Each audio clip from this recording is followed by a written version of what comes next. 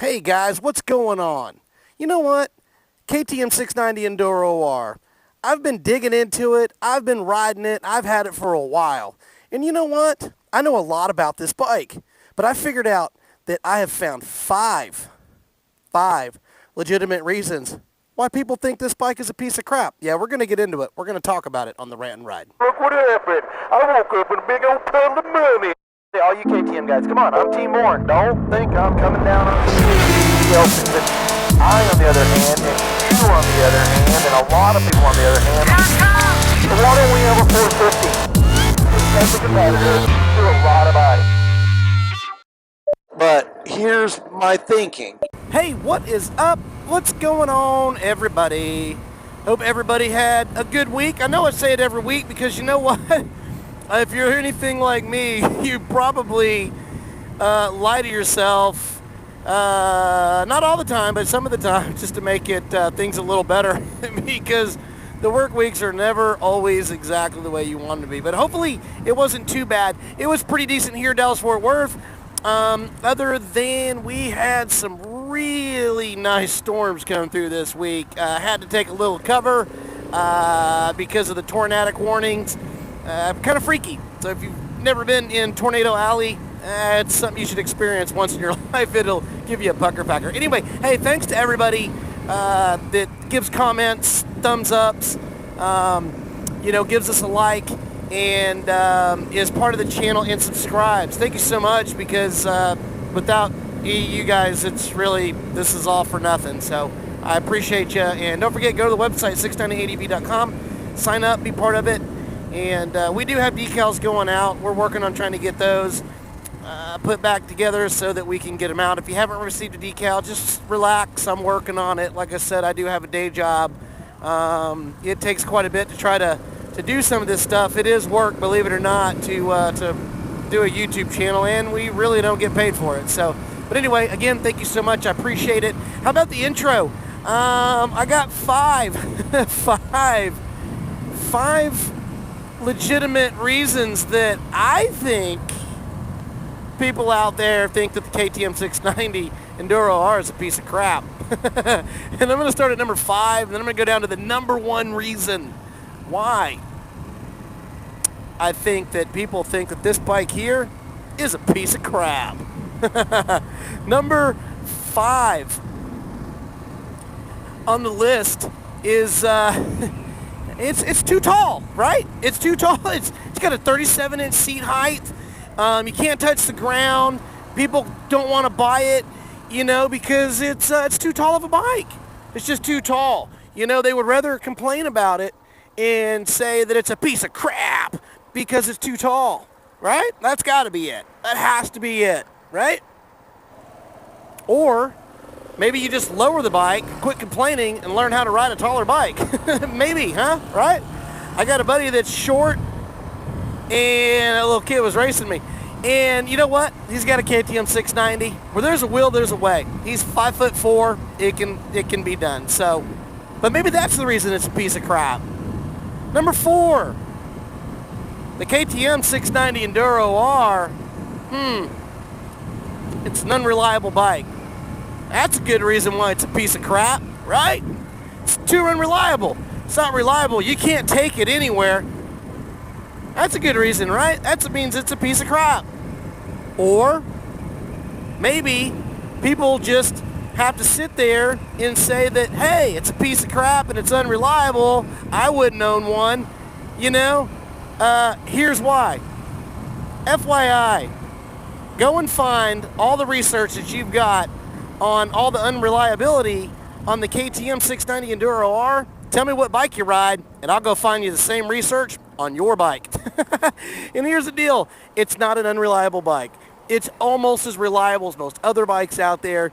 It's basically only as good as you take care of the bike. And guess what? You're talking about earlier models of the KTM from 2008 to about 2012. Guess what? They got a lot of that ironed out. But hey, it's unreliable. It's a piece of crap, right? Number 3. The gas cap is right behind the seat. It flips up. The whole thing comes off. It's a big cavity. Dirt falls in. and it basically contaminates your gas, your fuel filters, your inlines, all that stuff. That definitely makes it a piece of crap. Well, in a way, I kind of agree with you. Whoever designed that gas cap in the back needs to be smacked in the head. It was not a real brilliant design, but everybody knows that KTM is notorious for not putting a whole lot into certain things. They're putting more into the R&D of the performance of the bike, the frame, the suspension, and all those things. Guess what? Go get the CJ designs, get the new billet filter or fuel filler, and change it. That fixes pretty much everything, and use premium gas if you can. If not, get a fuel sock and strain it. But that's a good reason why it's a piece of crap, right? Well, I just gave you a way to fix that. Number 2. Man, that thing's got a plastic subframe on it. That thing can't hold anything. It'll break. And the maintenance intervals are awful. They're expensive, and it costs a ton of dough to keep that bike running. That definitely makes it a piece of crap. Well, it does have a plastic subframe on the rear, and the bolt is not great. Everybody knows that. It's noted. But did you know that you could spend 5 minutes and change that bolt and put in an upgraded bolt and make it so much more better? Yeah, it's out there. And it makes it so much tighter, stronger, and better. And guess what? These bikes were not built to pack a ton of stuff on them. They weigh 308 to 309 pounds, and they're meant to be light, tight, to get out and do it right, but also be able to get on the road. They are the best quintessential bike for what they are in their weight class and in their CC range. But with that rear subframe and the maintenance intervals, that makes it a piece of crap, right? Because it's expensive. Well, if you learn to shop around, do the research, guess what? My last basic oil change on this bike didn't cost me more than about 45 bucks. I've owned some nice bikes. I've had a BMW. I've had Hondas. I've got all those. Guess what? It's a little bit more. It's a high-performance bike, man. Come on, it's going to cost a little bit. But guess what? Do your research, and you can know where to go get the stuff, and you can actually do it, and it's not that expensive. And if you're disagreeing on any of this stuff, man, or if you've got something funny to put down there, do it. Put it in the comments, man. I love it. I think it's fantastic, because I got a lot of KTM guys that I think will probably enjoy this. Now, the number one reason why the KTM 690 Enduro R has gotta be a piece of crap. It's too expensive. It's not worth what you're paying for. That's the number one reason. 100%. Gotta be. It's gotta be the reason why it's a piece of crap. It's just way overpriced. You don't get what you pay for, and all the other 4 things that I said on top of that. That's got to be why it's a piece of crap, right? Well, here's my answer to that one. 99% of the people that say that it's overpriced and that it's a piece of crap, A, either can't afford it, or B, have never ridden one. And if you've never ridden one, and you've never taken it anywhere, and you don't have the money for it, then why would you bash it? Why would you say that it's a piece of crap, it's not worth it, it's unreliable, it's expensive, it's basically got all these things, it's just basically you hammer it and then you throw out your motorcycle? Here's the deal, I love all motorcycles. And this is a spoof video, by the way. I love this 690. It is not overpriced. It is not that expensive to work on.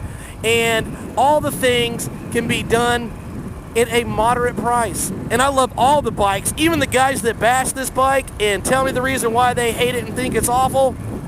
I still love the bike that they ride. But here's the deal. Get out and ride one.